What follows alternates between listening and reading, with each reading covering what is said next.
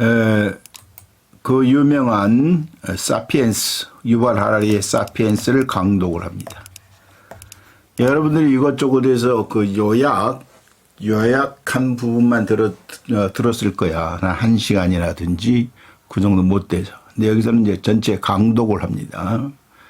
강독을 하는데, 자, 유발 하라리가 이제 중요하게 생각하는 게 뭐냐면 인지혁명이라는 거죠. 인지혁명. 인지혁명. 약 7만 년 전에 있었다는 거야. 이것이 이제 인간이 획기적인 능력을 갖게 된 것이 바로 인지혁명 때문이었다. 이 인지혁명이란 뭐냐면 언어나 상상력, 또 협력 이런 부분에서 이 인지 능력 때문에 혁명적인 그야말로 놀라운 큰 도약을 이루었고 그것 때문에 이 복잡한 사회를 구성하고 문화를 발전시킬 수 있었다. 이렇게 보는 것이죠. 특히 하라리가 말하는 것은 인지혁명이 뭐야? 인간에게 허구를 상상하게 했다는 거. 허구. 문화라는 것은 이 허구에서 나오는 거예요. 소설만 보더라도 허구죠, 전부. 허구를 상상하고 이것을 또 서로 공유할 수 있는 능력을 부여했단 말이야. 인지혁명이. 이를 통해서 사람들은 신화, 또 뭐야? 종교, 국가. 이 신화가 어디 있어요? 이 물질로 찾자면 어디 있어? 없잖아. 신화를 찾아서 어디 물질에는 없어. 종교도 없고 국가도 없어. 이걸 다 인간의 상상력이 만들어낸 산물이에요. 이 상상력이. 허구가 만들어낸 산물들이라고. 근데 이것을 서로 이것으로 서로 공유를 하는 거야. 그래 맞아 하면서 공유를 하면서 서로 이제 여기에 대해서 서로 믿게 되고 하면서 이걸로 의사소통이 가능한 것이야. 그 이것 때문에 이제 협력이 가능해졌다고 말하고 그 협력도 대규모적으로 이제 혁명이 가능해졌다고 말하는 것이죠.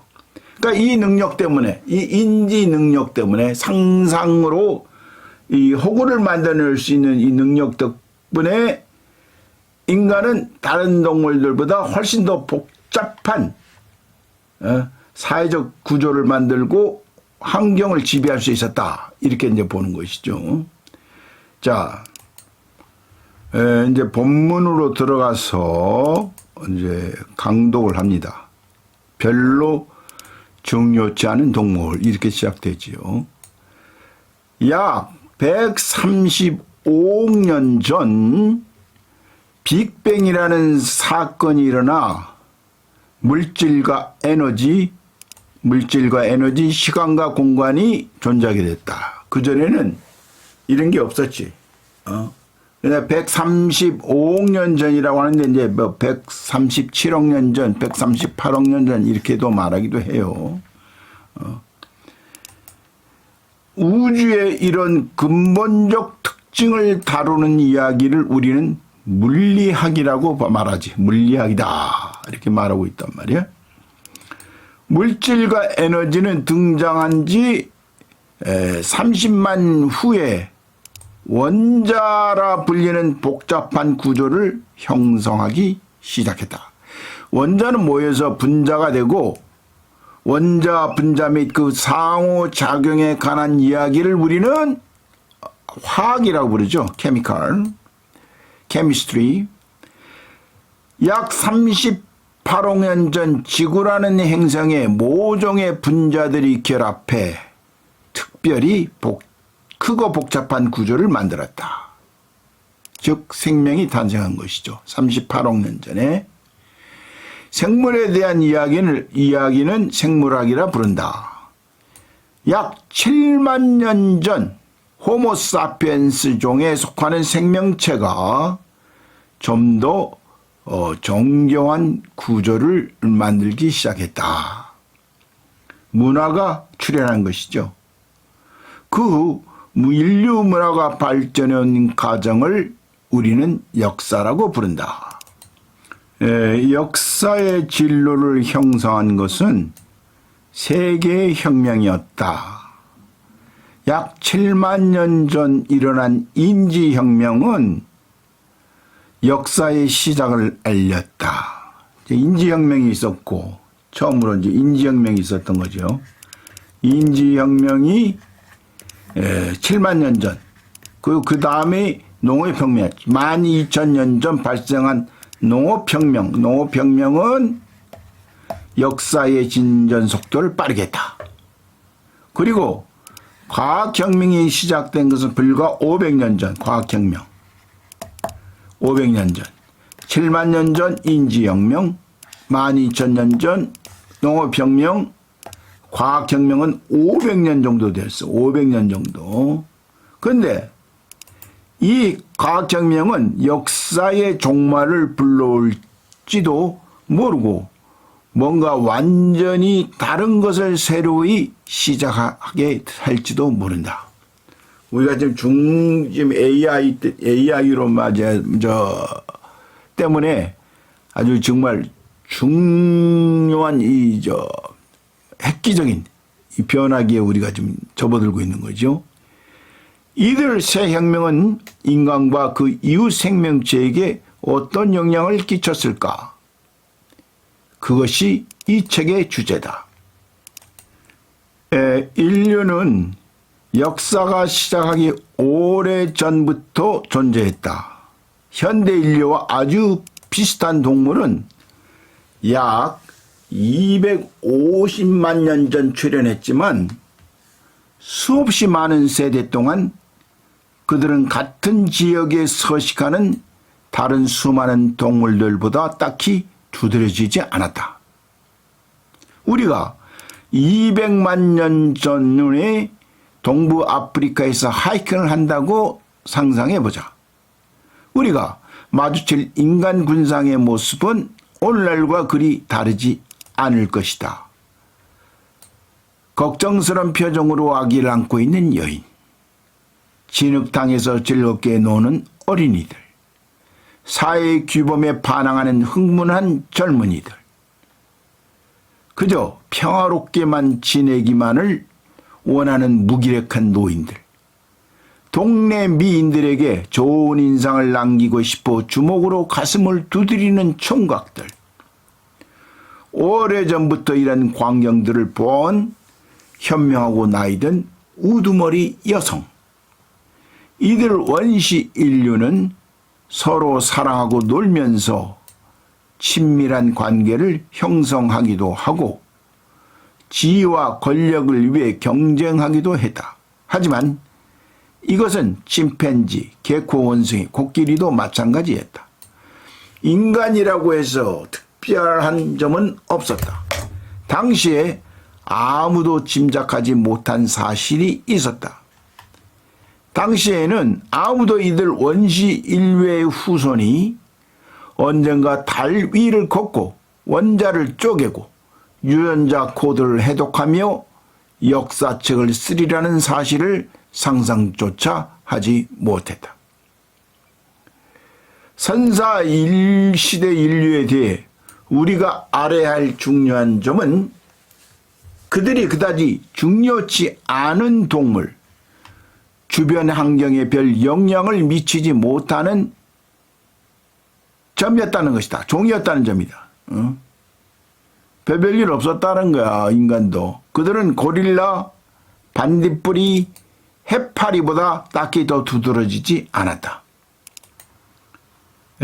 생물학자들은 생물을 종으로 분류한다. 동물을 같은 종으로 구분하는 기준은 간단하다. 서로 교배를 하는 경향이 있고 그래서 번식 가능한 후손을 낳으면 된다. 말과 당나귀는 최근에 같은 조상에서 갈라졌고 신체적 특질에 공통점이 많지만 이들은 서로에게 성적 관심을 보이지 않는다. 굳이 교배를 하게 유도할 수는 있으나 그 후손인 노새는 불임이다. 그 후가 아니라 그 후손인 노새는 불임이다. 그러므로 당나귀의 DNA에 생긴 돌연변이는 말에게 전달될 수 없고 그 반대도 마찬가지다.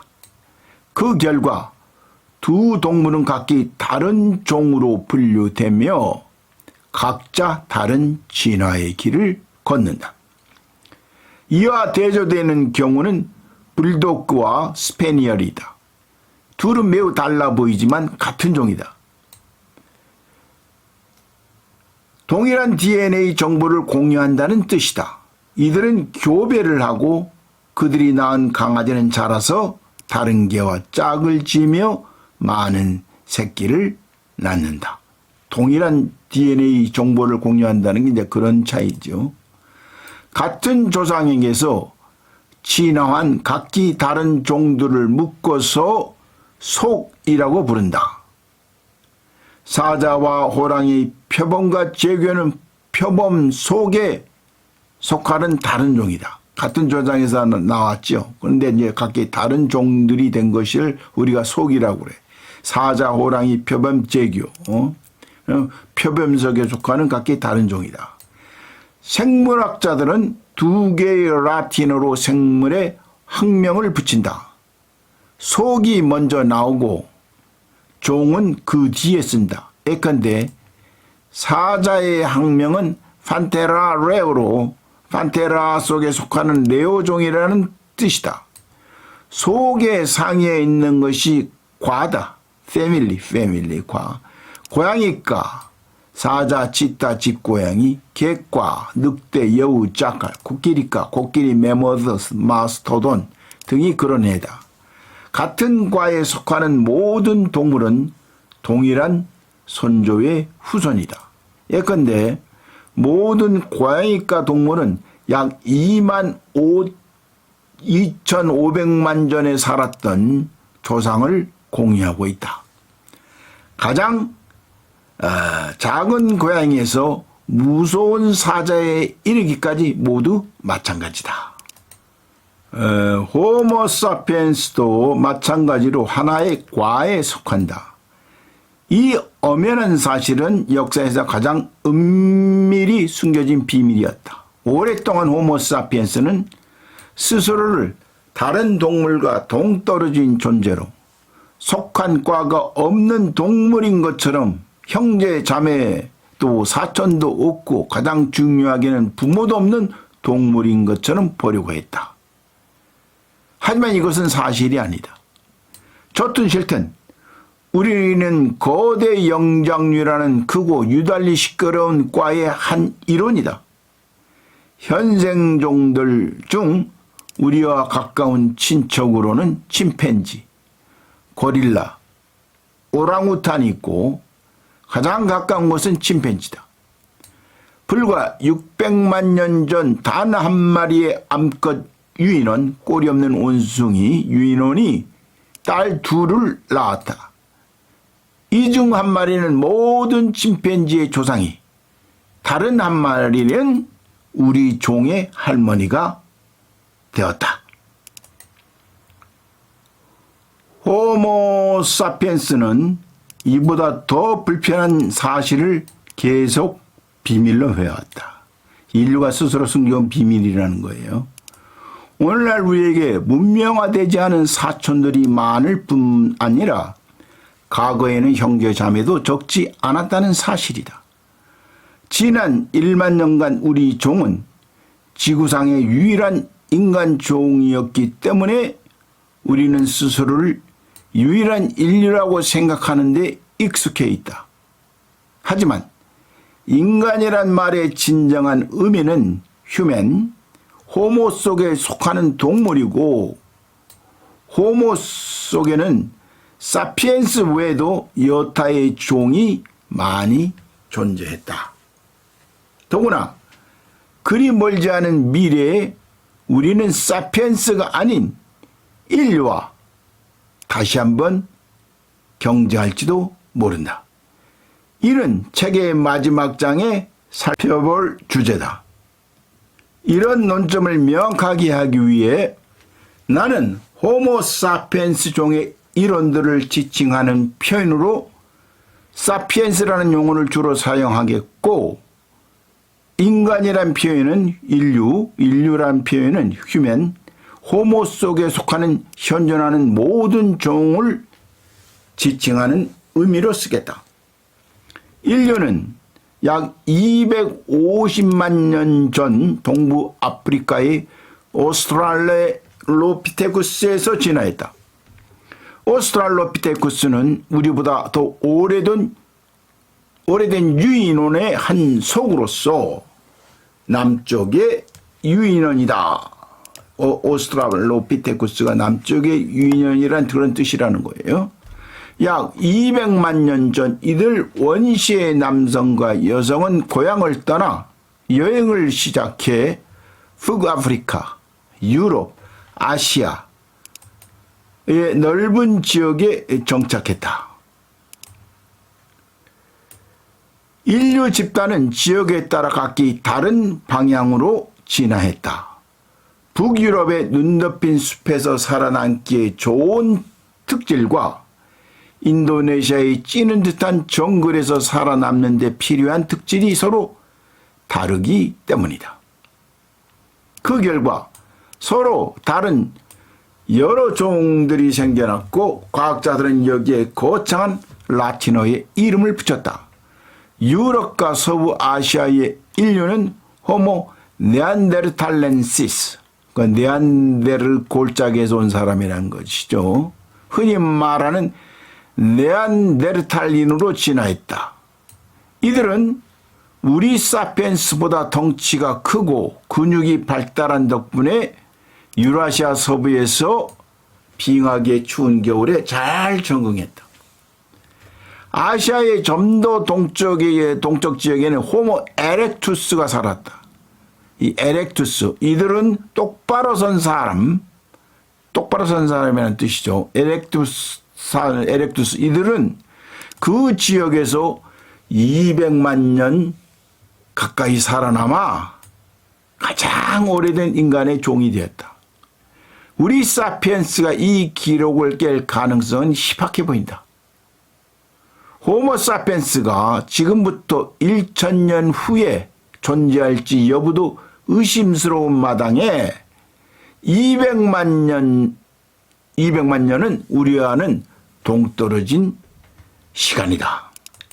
인도네시아의 자바 섬에는 호모 솔로엔시스가 살았는데 솔로 계곡에서 온 사람이라는 뜻이다. 솔로 계곡에서 온 사람. 이들은 열대 지방의 삶에 잘 적응했다. 한편 인도네시아의 또 다른 섬 플로레스에서는 고인류가 외소화 과정을 겪었다. 인류가 플로레스 섬에 도착한 것은 해수면이 이례적으로 낮아져서 본토에서 건너가기가 쉬운 때였다. 그러다 해수면이 다시 높아지자 일부 사람들이 자원이 부족한 그 섬에 갇히게 되었다. 식량을 많이 먹어야 하는 덩치 큰 사람들이 먼저 죽었고 아무래도 작은 사람들이 살아남기가 수월했다. 세대를 거듭하면서 플로레스 섬 사람들은 점점 난장이가 되었다. 과학자들이 플로레스인이라 이름 붙인 이 사람들은 최대 신장이 1m에서 체중은 25kg 이하였다. 하지만 이들은 석기를 만들 능력이 있었으며 가끔 섬의 코끼리를 어찌어찌 사냥하기도 했다. 사실은 그 코끼리들도 외세화된 종이었지만 말이다. 2010년에 우리의 잃어버린 사촌종 중에 또 하나가 발견되었다. 시베리아의 데니소바 동굴을 발굴하던 과학자들이 손가락뼈 화석 하나를 찾아냈는데 유전자 분석 결과 이 손가락의 주인은 이제껏 알려지지 않은 인류에 속하는 것으로 드러났다. 연구자들은 데니소바인, 호모 데니소바라고 이름을 이제 붙였죠. 또 다른 동굴이나 섬에서 발굴을 기다리는 우리의 잃어버린 사촌들이 얼마나 많을지는 아무도 모른다. 이들 인류가 유럽과 아시아에서 진화하는 동안 동아프리카의 진화도 계속되었다. 인류의 요람은 다양한 종을 길러냈다. 호모 누돌펜시스, 누돌프 호수에서 온 사람, 호모 에르가스터이라는 사람, 그리고 우리 종이다. 상상을 통해서 복원해본 우리 사촌들의 얼굴이랍니다. 왼쪽에서 호모 루돌 펜시스 동아프리카에서, 호모 에렉투스 동아시아에서, 호모 네안데르탈렌시스 유럽과 아시아, 이게 모두가 인간에 속한단 말이야.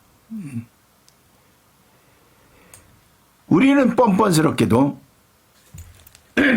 스스로에게 호모 사피엔스, 슬기로운 사람이란 이름을 붙였다. 이들 종은 덩치가 크기도 했고 작기도 했다. 일부는 무서운 사냥꾼이었고 일부는 온순한 식물 채집인이었다.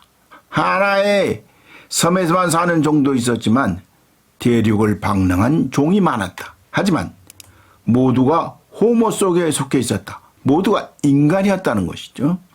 사람들이 흔히 범하는 오리 중 하나는 이들 종을 단일 계보라고 생각하는 것이다. 예컨대 에르가스터가 에렉투스를 낳고 에렉투스가 네안데르탈린을 낳고 네안데르탈린이 진화해 우리 종이 됐다는 식이다. 이런 직선 모델은 오해를 일으킨다. 어느 시기를 보든 당시 지구에 살고 있던 인류는 한 종밖에 없었으며 모든 오래된 종들은 우리의 오래된 선조들이라는 오해 말이다. 그렇지 않죠. 여러 종들이 같이 있었던 거야. 사실은 이렇다. 200만 년 전부터 약 1만 년 전까지 지구에는 다양한 인간 종이 동시에 살았다. 왜 안 그랬겠는가? 오늘날에도 여우, 곰, 돼지 등 수많은 종이 동시대를 살고 있지 않은가? 몇만 년 전에 지구에는 적어도 6종의 인간이 살고 있었다. 몇만 년 전만 해도 6종의 인간이 살고 있었다는 거예요. 여기에서 이상한 점은 옛날에 여러 종이 살았다는 사실이 아니라 오히려 지금 딱 한 종만 있다는 사실이다. 더구나 이 사실은 우리 종의 범죄를 암시하는 것일지도 모른다. 곧 살펴보겠지만 우리 사피엔스 종에게는 사천들에 관한 기억을 억압할 이유가 있다. 생각의 비용. 인간의 여러 종은 차이도 많지만 공통점도 많다. 우선 인간은 다른 동물에 비해 뇌가 외적으로 크다.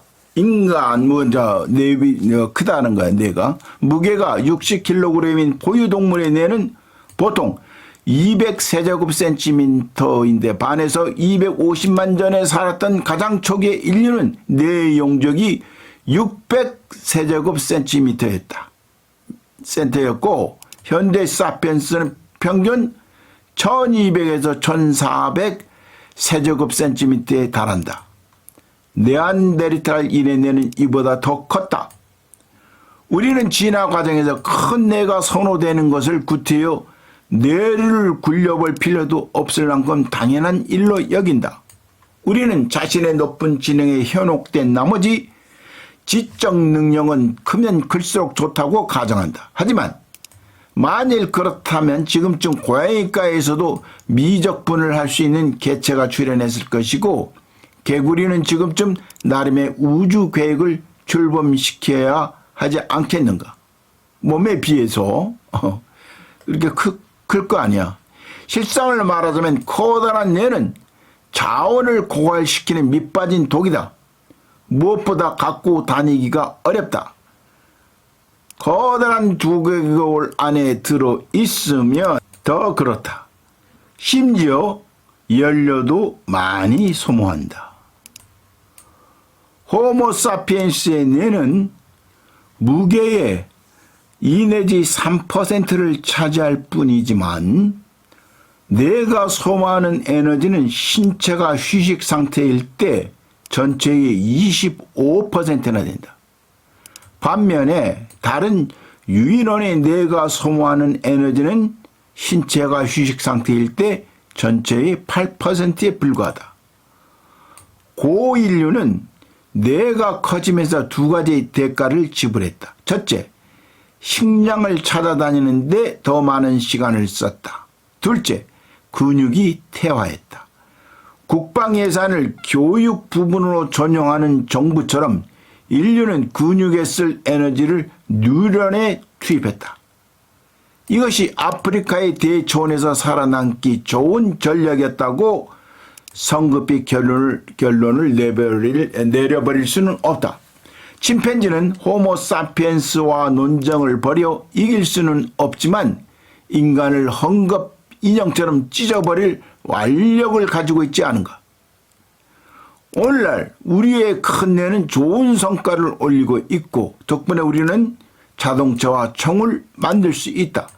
자동차 덕분에 우리는 침팬지보다 훨씬 빨리 이동할 수 있고 레슬링을 하는 대신 총으로 완전한 거리에서 침팬지를 쏠 수 있다. 하지만 차와 총은 최근 등장한 산물이다. 인간의 신경망은 200년이 넘는 기간 동안 성장을 거듭해 왔으나 몇몇 돌칼과 날카로운 막대기를 제외한다면 그것이 이룬 성과는 극히 미미했다. 그렇다면 과연 무엇이 지난 200만 년간 인간의 엄청난 뇌용량 증가를 일으켰을까? 솔직히 우리는 모른다. 인간의 또 다른 이례적 특징은 직립보행이다. 대초원에서 똑바로 서면 사냥감이나 적을 잡기가 쉬워진다. 그리고 이동에 쓰이지 않게 된 팔은 다른 용도, 예컨대 돌을 던지거나 신호를 보내는데 사용할 수 있다. 팔이 할 수 있는 일이 늘어날수록 그 주인이 성공할 가능성이 커지므로 진화의 압력에 따라 우리는 손바닥과 손가락에 신경이 집중되고 섬세한 근육이 자리 잡게끔 진화하였다. 그 결과 인간은 손으로 매우 복잡한 업무를 수행할 능력을 갖추었다. 특히 복잡한 도구를 만들고 쓸 수 있게 되었다. 인간이 동물을 만들었다는 첫 증거가 나타나는 시기는 약 250만 년 전으로 거슬러 올라간다. 도구의 제작과 사용은 고고학자들이 고인류를 인정하는 기준이다. 하지만 직립보행은 단점이 있다. 지난 수백 년간 우리 영양류 선조들은 머리가 상대적으로 작고 네 발로 기는 몸을 지탱한 골격을 진화시켜 왔다. 그러다가 직립 자세에 적응하는 것은 상당한 도전이었다. 특히 유달리 커다란 두개골을 골격이 비계처럼 지탱해야 했기에 더 그랬다. 인간은 높은 시야와 부지런한 손을 얻은 대가로 오늘날 허리가 아프고 목이 뻣뻣해졌다. 여성은 더 큰 비용을 치렀다. 똑바로 서서 걸으려면 엉덩이가 좁아야 하므로 아기가 나오는 산도 질도 좁아지는데 하필이면 아기의 머리가 점점 커져가는 기간에 이런 일이 일어났다. 분만 중 사망은 인간 여성에게 주요한 위험이 되었다. 아기의 뇌와 머리가 상대적으로 작고 유연할 때 일찍 출산하는 여성이 더 살아남기 쉬웠고 더 많은 아기를 낳을 수 있었다. 그 결과 자연선택은 이른 출산을 선호했다. 사실 다른 동물과 비교할 때 인간은 생명 유지에 필요한 많은 시스템이 덜 발달된 미숙한 상태로 태어난다. 갓 태어난 망아지는 곧 걸을 줄 알고 고양이는 생후 몇 주만 지나면 어미 품을 떠나 혼자 힘으로 사냥에 나선다. 그에 비해 인간의 아기는 무력하여 열해 동안 어른들이 부양하고 지키고 가르쳐줘야 한다. 인간의 사회적 능력이 뛰어난 것도 이 덕이요 특유의 사회적 문제를 안게 된 것도 이 탓이다. 혼자 사는 엄마는 줄줄이 딸린 자녀와 자신을 위한 식량을 충분히 조달하기가 어렵다. 얘를 키우려면 가족의 다른 구성원 및 이웃의 지속적인 도움이 필요하다. 인간을 키우려면 부족이 필요했고 부족 따라서 진화에서 선호된 것은 강한 사회적 결속을 이룰 능력이 있는 존재였다. 게다가 인간은 미숙한 상태로 태어나기 때문에 교육을 받고 사회화할 수 있는 기간이 다른 어떤 동물보다 길다. 대부분의 포유동물은 자궁에서 나올 때 말하자면 유약발라 구운 도자기 같은 상태로 나오기 때문에 그것을 어떻게든 재성형하려면 긁히거나 깨질 수밖에 없다. 이와 달리 인간은 용광로에서 막 꺼낸 녹은 유리덩어리 같은 상태로 자궁에서 나온다. 놀라울 정도로 다양하게 가공이 가능하다는 말이다. 우리가 아이를 교육시켜 기독교인이나 불교도로도 자본주의자나 사회주의자로도 호전적인 인물이나 평화를 사랑하는 인물로도 만들 수 있는 것은 이 때문이다. 우리는 이렇게 가정한다. 내가 그거 도구를 사용하며 학습 능력이 뛰어나고 복잡한 사회적 구조를 갖추면 크게 유리할 것이다. 인간은 분명 이런 특징 덕분에 지구에서 가장 강력한 동물이 된 것으로 보인다. 하지만 인간은 200만 년 동안 이런 특징을 지녔음에도 계속 연약한 주변부 존재일 뿐이었다. 100만 년 전 인간은 내가 크고 날카로운 돌도구가 있었음에도 불구하고 포식자를 끊임없이 두려워하며 살았고 큰 사냥감을 잡는 일은 드물었다. 주로 식물을 채취하고 벌레를 주워 담고 작은 동물들에게 몰래 접근하며 다른 힘센 육식 동물이 남긴 썩은 고기를 먹었다. 초기 석기의 가장 흔한 용도는 뼈를 쪼개 골수를 빼내는 일이었다. 인간의 원래 생태적 지위가 그것이었다고 믿는 연구자들도 일부 있다. 딱따구리가 나무 속에서 벌레를 꺼내는 데 특화했듯이 최초의 인류는 뼈에서 골수를 꺼내는 데 특화했다는 것이다. 왜 하필 골수였을까? 예컨대 한 무리의 사자가 기린을 쓰러뜨린 뒤 뜯어먹고 있는 것을 당신이 보았다고 하자. 당신은 이들의 식사가 끝날 때까지 끈기 있게 기다린다. 하지만 차례는 아직 멀었다. 사자가 남긴 것은 하이에나와 자칼의 몫이다. 당신은 감히 거기 끼어들지 못한다. 당신과 당신의 무리는 이들의 식사가 끝난 다음에야 좌우를 조심스럽게 살피며 다가가서 나와있는 잔해 중에 먹을 수 있는 조직을 찾아 열심히 먹기 시작하는 것이다. 이것은 우리의 역사와 심리를 이해하는 열쇠다. 먹이 사슬에서 호모 속이 차지하는 위치는 극히 최근까지도 확고하게 중간이었다. 수백만 년 동안 인간은 자기보다 작은 동물을 사냥하고 식물을 채취해 왔으며 지속적으로 대형 포식자에게 사냥을 당해왔다. 인간의 몇몇 종들이 대형 사냥감을 정기적으로 사냥하기 시작한 것은 불과 40만 년 전부터였고 인간이 먹이 사슬의 정점으로 뛰어오른 것은 불과 10만 년 전 호모사피엔스가 출현하면서부터이다. 중간에서 꼭대기로 단숨에 도약한 것은 엄청난 결과를 낳았다. 피라미드의 꼭대기에 있던 다른 동물, 예컨대 사자나 상어는 수백만 년에 걸쳐 서서히 그 지위에 올랐다. 그래서 생태계는 사자나 상어가 지나친 파괴를 일으키지 않도록 견제와 균형을 발달시킬 수 있었다. 사자의 포식 능력이 커지자 가젤은 더 빨리 달리는 쪽으로 진화했고 하이에나는 협동을 더 잘하도록 진화했으며 컵불선은 더욱 사나워지도록 진화했다. 이에 비해 인간은 너무나 빨리 정점에 올랐기 때문에 생태계가 그에 맞춰 적응할 시간이 없었다. 게다가 인간 자신도 적응에 실패했다. 지구의 최상의 포식자는 대부분 당당한 존재들이다. 수백만 년간 지배해온 결과 자신감으로 가득해진 것이다. 반면에 사피엔스는 중남미 후진국의 독재자에 가깝다. 인간은 최근까지도 사바나의 패배자로 지냈기 때문에 자신의 지위에 대한 공포와 걱정으로 가득 차 있었고 그 때문에 두 배로 잔인하고 위험해졌다.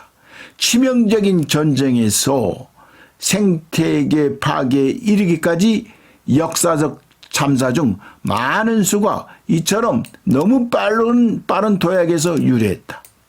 익혀먹는 종족. 먹이 사슬의 최정점으로 올라서는 핵심 단계는 불을 길들인 것이었다. 이르면 80만 년 전쯤에 일부 인간종은 가끔 불을 사용했을지 모른다. 약 30만 년 전이 되면 호모 에렉투스, 네안데르탈인인 호모 사피엔스의 조상들은 불을 일상적으로 사용했다.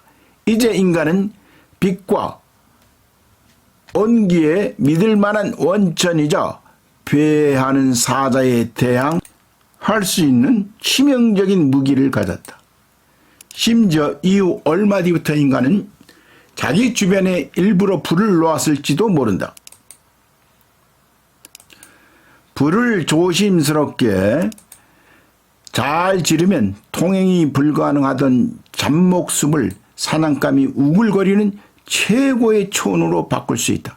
게다가 일단 불이 꺼지면 석기시대 사업가는 그 잔해 속으로 걸어들어가 불탄 동물과 견과류, 동이줄기 등을 얻을 수 있다. 하지만 무엇보다도 불이 하는 최고의 역할은 음식을 익히는 일이다. 조리 덕분에 인간이 자연 상태 그대로는 소화할 수 없는 밀, 쌀, 감자 등이 인간의 주식이 되었다. 불은 식품의 화학적 조성뿐 아니라 그 생물학적 영향도 바꾸어 놓았다. 불에 익히면 음식을 오염시키는 세균과 기생충이 죽는다. 인간이 원래 좋아하던 과일, 견과류, 벌레, 죽은 고기도 불에 익히면 씻고 소화하기가 훨씬 더 쉬워진다. 침팬지는 날 것을 씹어 먹느라 하루 5시간을 소모하지만 사람은 익힌 음식을 먹는데 1시간이면 족하다. 익히는 요리법 덕분에 인간은 더욱 다양한 종류의 음식을 먹을 수 있게 되었고 식사 시간도 줄일 수 있었다. 더 작은 치아와 더 짧은 창자를 가지고도 그럭저럭 때울 수 있었다. 일부 학자는 익혀 먹는 화식의 등장, 인간의 창자가 짧아진 것, 뇌가 커진 것 사이에 직접적인 연관이 있다고 생각한다. 화식, 이제 불에다가 불요리 말하자면 불요리의 등장, 인간의 창자가 짧아진 것, 그리고 뇌가 커진 것 사이에는 직접적인 연관이 있다. 이렇게 생각한다는 거죠. 기다란 창자와 커다란 뇌를 함께 유지하기는 어렵다. 둘 다 에너지를 무척 많이 소모하기 때문이다. 화식은 불음식은 창자를 짧게 만들어서 에너지 소비를 줄일 수 있게 해 주었고 의도치 않은 이런 변화 덕분에 네안데르탈인과 사피엔스는 커다란 뇌를 가질 수 있었다. 또한 불은 인간과 다른 동물 사이에 처음으로 현격한 차이를 만들어냈다. 동물의 힘은 대개 신체에서 나온다. 근육의 힘, 이빨의 크기, 날개의 폭. 동물이 바람이나 파도를 이용할 수 있을지는 몰라도 자연의 힘을 통제할 수는 없고 늘 스스로의 신체에 따른 제약을 받는다. 독수리는 지상에서 올라오는 따뜻한 상승 기류를 알아채고 커다란 날개를 활짝 펴서 그 기류를 타고 높이 떠오를 수 있지만 상승 기류의 발생 장소를 통제할 수는 없으며 오직 제 날개 길이만큼만 기류의 덕을 볼 수 있다. 인간은 불을 길들임으로써 무한한 잠재력을 통제할 수 있게 되었다. 독수리와 달리 인간은 불을 일으키는 장소와 시기를 선택할 수 있었으며 수많은 용도로 불을 이용할 수 있었다. 가장 중요한 점은 불의 힘이 신체의 형태나 구조, 힘의 한계를 뛰어넘는다는 것이었다. 부싯돌이나 불붙은 막대기를 가진 여자 한 명이 몇 시간 만에 숲 전체를 태울 수도 있었다. 불을 길들이는 것은 앞으로 올 일에 대한 위대한 신호였다. 호모사피엔스 형제살해범, 이것은 이제 다음 시간에 계속하기로 합니다.